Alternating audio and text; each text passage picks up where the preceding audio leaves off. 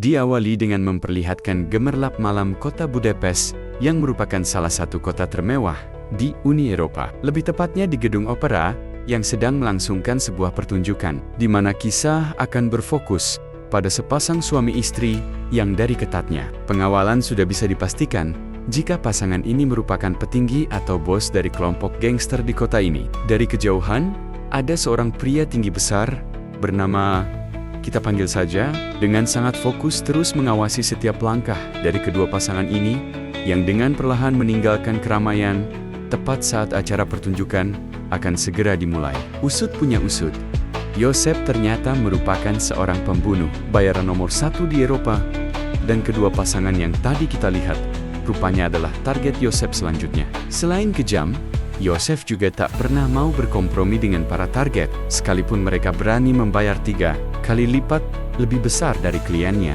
Dan ia melihat ada bekas cipratan getih di wajah istri si bos. Salah satu pengawal langsung melakukan penyisiran dan menemukan si bos yang sudah tak bernyawa, sehingga tembak dengan pihak keamanan. Opera pun tak terhindarkan lagi. Dan mari saya perkenalkan Anda dengan seorang penari berbaju merah bernama Mes, di mana suasana kacau membuat tangan dan kaki Mes terinjak saat hendak mengambil handphonenya. Beruntung Joseph yang telah berbaur dengan para penonton segera membawanya ke tempat aman. Namun saat sedang dalam pelarian, Joseph tiba-tiba merasa jika penyakit riat, sirahnya kembali kambuh sehingga, "Hey, please." Setibanya di rumah, Joseph langsung meminum obat pereda nyeri. Diketahui Joseph ini dulunya adalah seorang mantan sersan militer.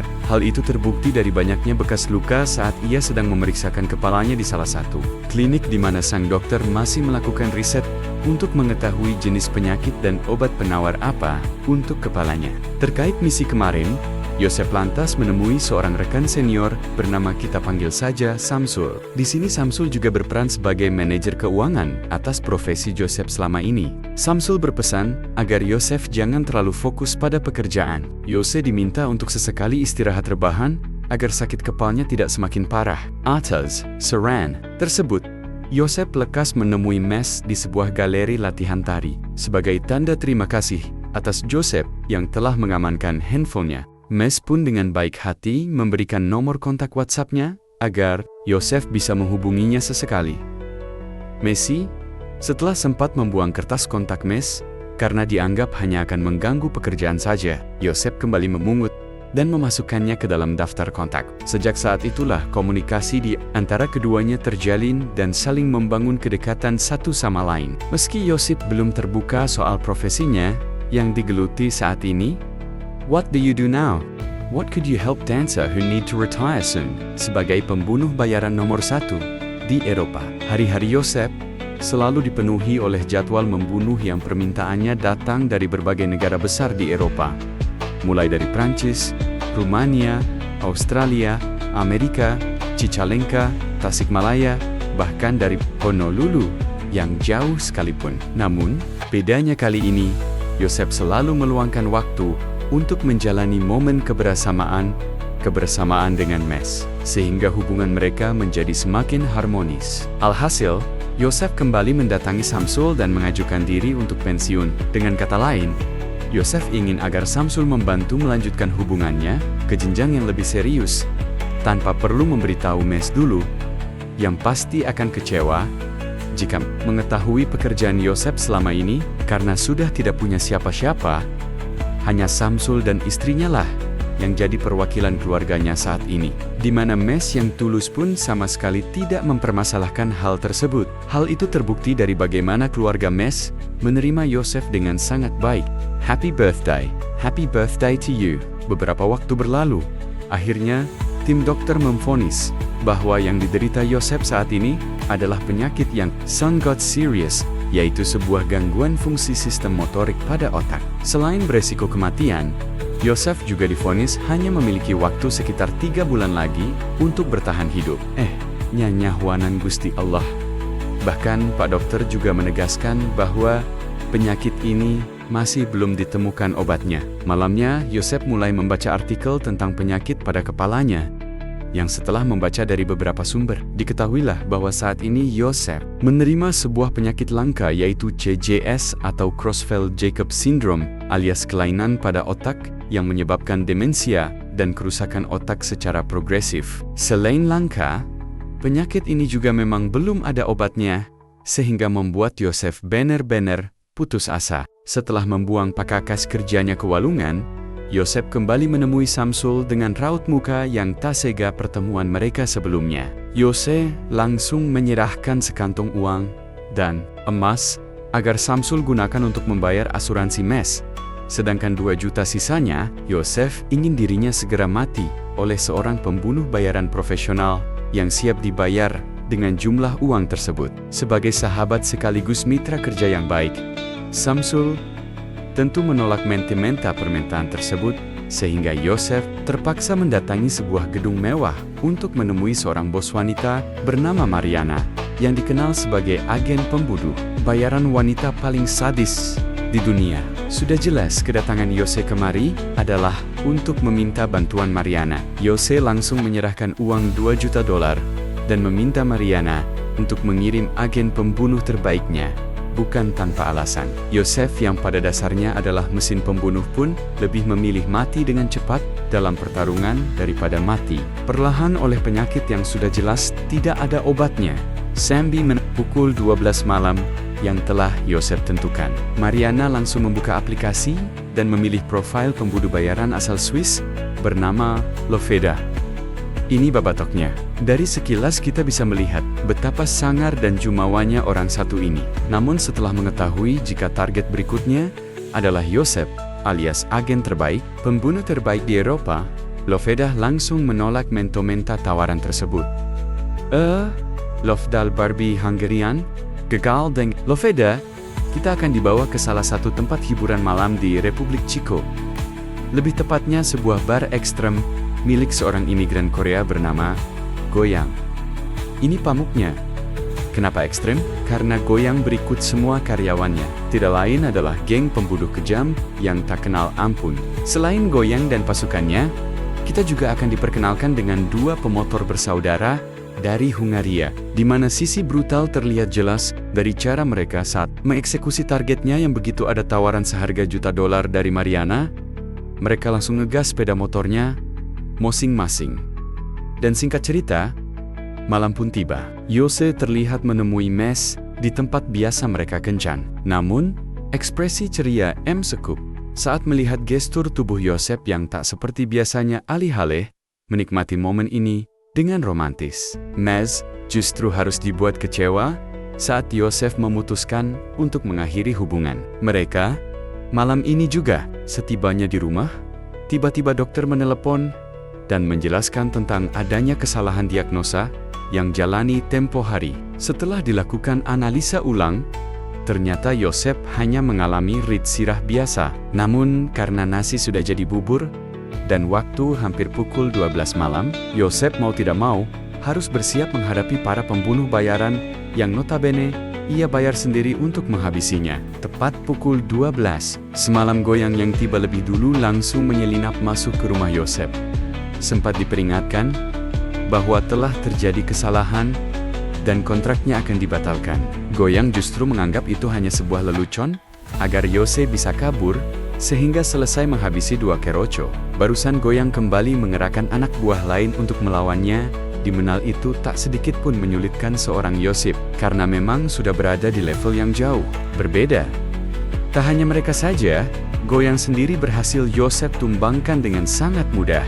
Yang ketika si cewek masih hidup dan berusaha menikam Yosef dari belakang, tiba-tiba kegagalan Goyang CS membuat Mariana sangat geram, apalagi setelah mendengar Yosef yang ingin membatalkan kontrak, bahkan sudah siap untuk menerima pekerjaan baru, di mana Mariana kembali menegaskan bahwa kontrak yang sudah dibuat tidak bisa dibatalkan. Dengan kata lain, Yosef harus menyelesaikan apa yang sudah ia mulai sebelumnya. Bukan Yosef namanya. Jika harus mundur dalam urusan bunuh-membunuh, ia langsung bersiap untuk menghadapi si pemotor yang sudah tiba di sana. Setelah menelepon mengamankan diri, Yosef lantas menghadapi kedua pemotor tersebut dan menghabisi mereka satu persatu tanpa mengalami kesulitan yang berarti. Untuk membuat acara semakin menarik, Mariana langsung menaikkan kontrak menjadi 2 kali lipat, alias $4 juta, di mana si Loveda yang semula tak peduli, seketika curing hak atau tertarik excited, dan mengambil kontraknya saat itu juga, termasuk 2 preman sadis asal Skotlandia, yang dijuluki Sulaiman Brother, di mana jumlah bayaran yang sangat menggiurkan, membuat si kembar lupa dengan siapa mereka akan berurusan kembali ke Yosef, yang tengah mengobati lukanya. Di rumah, Samsul Yosef menceritakan soal perubahan vonis dokter atas penyakit kepalanya. Sementara terkait masalah kontrak dengan Mariana, Yosef meminta bantuan Samsul agar membekalinya senjata. Namun karena Samsul sedang dalam persiapan pensiun, dan semua senjata sudah dikembalikan pada atasannya, ia hanya memberikan beberapa gunel peledak untuk Sakaliun Kapisuk saja. Beralih ke Inggris tepat saat seorang nasabah bar dibantai oleh tong-tong agresif yang dijuluki Duo Kerud, di mana mereka berdua soma-soma tertarik untuk mencoba peruntungan dalam sayembara yang ditawarkan, termasuk seorang asasin tunggal asal Spanyol bernama Botes. Ini bebangusnya yang untuk tingkat tarkam di negaranya sendiri. Kemampuan si Botes ini memang sudah tidak diragukan lagi. Tak lama, muncullah istri. Samsul yang dayem-dayem, memiliki skill terpendam titisan dari Mayrot, yang dengan hanya menggunakan 1 teknik pijatan saja, penyakit rit sirah yang dialami Yosef langsung sembuh saat itu juga. Di saat yang sama, Loveda sudah tiba di stasiun kereta, dan langsung dijemput oleh keponakan Mariana. Sebelum menghabisi Yosef, Loveda diminta untuk menculik Ma terlebih dahulu, dan akan menjadikannya sebagai jaminan kalau tidak ada yang bisa menghabisi OSP keesokan harinya. Mariana mendapat kabar dari sang asisten yang bernama Max tentang keberadaan Yosef di sebuah kastil, sehingga Mariana diminta untuk mengirim pasukannya ke sana. Dengan fakta bahwa yang mereka hadapi saat ini adalah seorang Yosef, Mariana pun meminta Max agar mengerahkan semua tentara bayarannya beralih pada para pembunuh bayaran yang sedang dalam perjalanan dan langsung diarahkan menuju kastil yang dimaksud. Sementara untuk Yosef, ia terlihat baru sampai dan langsung mempersiapkan pelak di beberapa titik untuk menyambut para pembunuh yang sebentar lagi akan datang. Tak lama muncullah Sulaiman Brothers yang langsung masuk tanpa punten-punten acan, di mana Yosef dengan santainya langsung melemparkan granat tepat ke arah mereka, sehingga terjadilah pertarungan yang lumayan sengit di antara mereka, di mana Yosef sempat dibuat jatuh beberapa kali oleh kedua bersaudara ini. Namun kompak saja tidak akan cukup. Oh bos, karena ketika mereka lengah melihat sang kakek tewas tertojos tanduk rusa yang menempel pada dinding, sang adik yang lebih kita kenal sebagai Yuri Boyka pun langsung menyerang Yosef dengan tendangan ciri khasnya. Namun karena di film ini Boyka hanya berperan sebagai figuran saja, membuat sang sutradara tidak bisa memberikan free village lebih kepadanya. Sehingga tepat saat Boyka sudah tewas, muncullah si Duo Kerut yang langsung menembak Yosef dengan membabi buta. Namun, dengan jam terbang Yosef yang lebih lama, mereka dapat dilumpuhkan dengan sangat mudah, yang baru saja selesai dengan mereka berdua. Lagi-lagi Yosef kembali dikejutkan dengan kemunculan pembunuh lain, yaitu si Botes. Sehingga duel antar pria sejati pun tak terelakkan lagi. Kali ini, Yosef cukup dibuat kerepotan dengan skill berkelahi dan tarian capoeira yang dilancarkan oleh si Botes. Bahkan beberapa pitingan yang Joseph berikan mampu dengan mudah dibalikkan oleh si Botes. Ini hingga membuat pertarungan kali ini berakhir seimbang. Angkat selesai dengan tangan kosong. Kini mereka menggunakan pedang sebagai media untuk bertarung, di mana kali ini Yosef berhasil menjatuhkan Botes dengan cukup mudah. Yang ketika Botes berhasil mendapatkan senjata dan mulai menembak ke Yosef, tiba-tiba salah hesai dengan Botes yang tewas akibat terkena jebakan granat. Muncullah Loveda yang menelepon dan memberitahu jika saat ini M sedang bersamanya. Yosef meminta agar Loveda tidak melimatkan badan ini, di mana Loveda yang hanya menjalankan perintah pun meminta agar Yosef menyerah saja demi keselamatan Meza Bogoh tercintanya.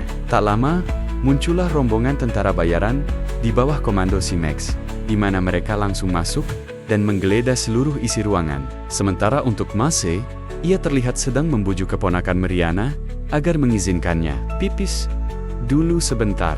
padahal kembali ke dalam kastil dengan para tentara yang masih sedang mencari keberadaan Yosef. Mereka tidak sadar jika seluruh bangunan ini sudah Yosef pasangi beberapa jebakan, sehingga suara keras ledakan yang ditimbulkan membuat Maxi dan pasukan langsung papetor menuju sumber suara, di mana Yosef berhasil merebut senjata dari sisa musuh yang berada di sana, dan langsung membrutal menghabisi sisa pasukan yang masih tersisa. Alhasil, Yosef berhasil keluar dari kastil lewat jalur belakang, di mana ia langsung disambut oleh Loveda yang nampak tak sabar ingin segera menghabisi Yosef. Namun, hal tak terduga terjadi saat Mes datang dan menabrak Loveda dari belakang hingga berhasil membawa Yosef pergi dari kastil tersebut.